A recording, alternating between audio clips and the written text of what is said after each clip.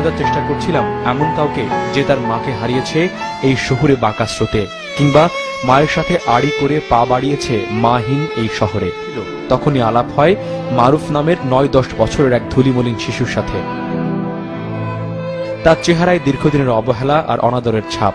পোশাক আশাকও যার পর নাই ময়লা, মাথার চুলেও জড়া ধরেছে। আটপোড়ে ঢঙেই আলাপ শুরু করলাম তার সাথে। কোথায় আছো তাইলে? তো আমার কোন এলাকায় থাকে?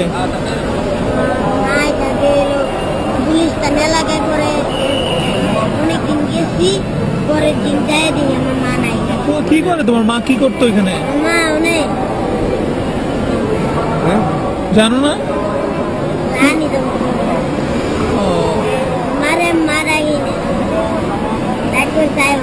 এবার মারুফকে সাথে নিয়ে আমরা তার মায়ের খোঁজে, কিন্তু তার কথা মতো মহানগর নাট্যমঞ্চে প্রথম দফায় আমরা তার মাকে পেলাম না। তবুও হাল ছাড়লাম না। তার কথা মতো রাতে যেখানে তার মা জীবিকার তাগিদে নিজেকে পণ্য হিসেবে মেলে ধরেন, সেখানে খোঁজ জারি রাখলাম, মানে আবারও সেই নাট্যমঞ্চে। কিন্তু এরই মধ্যে মারুফ আমাদের সবাইকে চমকে দিয়ে বলল, পুরোটাই তার বানানো গল্প, তার মা এইখানে থাকে না, সে আমাদেরকে মিথ্যে বলেছে। পুরোটাই পণ্ডশ্রম মনে হতে লাগলো। নিজেদের বুদ্ধিমত্তাকে নিজেরাই প্রশ্নবিদ্ধ করতে লাগলাম। কিন্তু ওই যে অনুসন্ধানী মনে হতাশা বেশিক্ষণ থাকে না, মেঘ ভেঙে ঠিকই সূর্য ওঠে। তাই আপাত হতাশা বুকে নিয়েই মারুফকে তার আশ্রয়ে পৌঁছে দিলাম। পরদিন আবারও কমলাপুর, যথারীতি মারুফের সাথে দেখা। তার কাছে জানতে চাইলাম তার মা আসলে কোথায় থাকে, আসলে কি তার মায়ের কোনো অস্তিত্ব আছে বাস্তবে। আমাদের বাড়ির রনেছে মাইজে মেডাঙ্গি, মিথ্যা ঠিকানা দিয়ে কালকে স্বপ্নে দেখলাম মরে গেছি। ব্যর্থতার গ্লানি ভেতরে ভেতরে কুরে করে খাচ্ছিল, সেটা আপাতত বন্ধ হলো।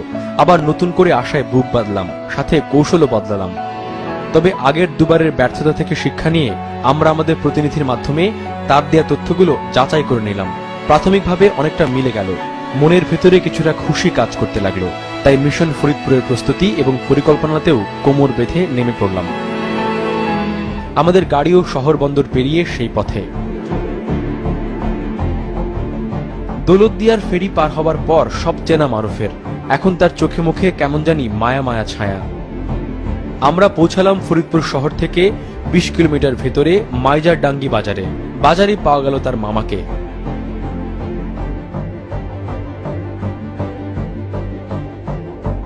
12 থেকে 13 দিন ধরে গেছে। 2 দিন বাড়ি এসে 2 দিন ছিল।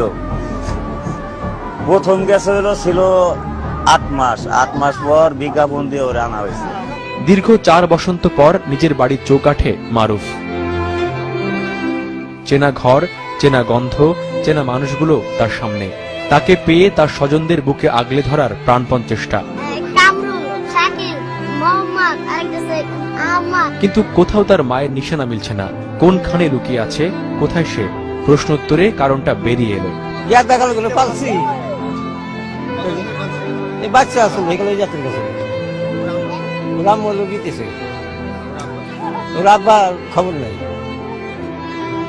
বাবা নিখোঁজ হওয়ার পর সন্তানকে মানুষ করতেই গৃহপরিচারিকার চাকরি নিয়ে বিদেশ যায় মারুফের মা।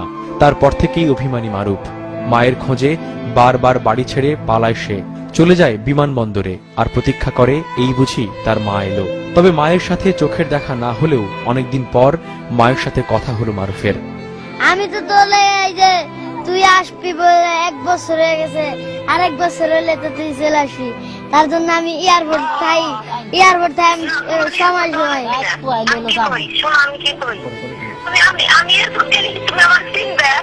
হ্যাঁ, কে তোর চেহারা মনে আছে না আমার?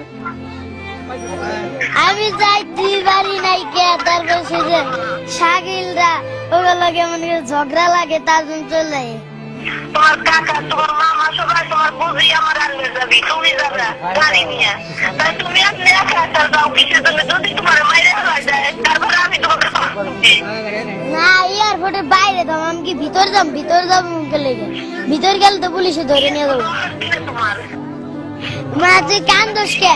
আমি তো না আছি, আমি তো আছি, তুই কান্দোস কে? আমি কাঁদবো না, তুমি খেয়াল দাও। তুমি দেখো না, রাহুল রেখে দাও, তোমার বুকের কাছে দিয়ে দিয়েছি, তোমার আমি দেই নাই। দাদি কান্দোস কে? তাই কি কাঁদবো না, তাই তুমি আমার কান্দাও কে? তুমি জায়গায় জায়গায় কে যাও, কিছু শুনে যাও।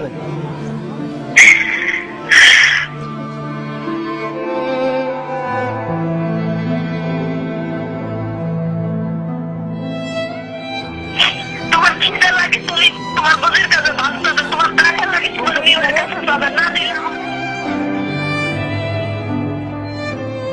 মা মা আমি আর যাবার নাই, আমি আর যাবার নাই।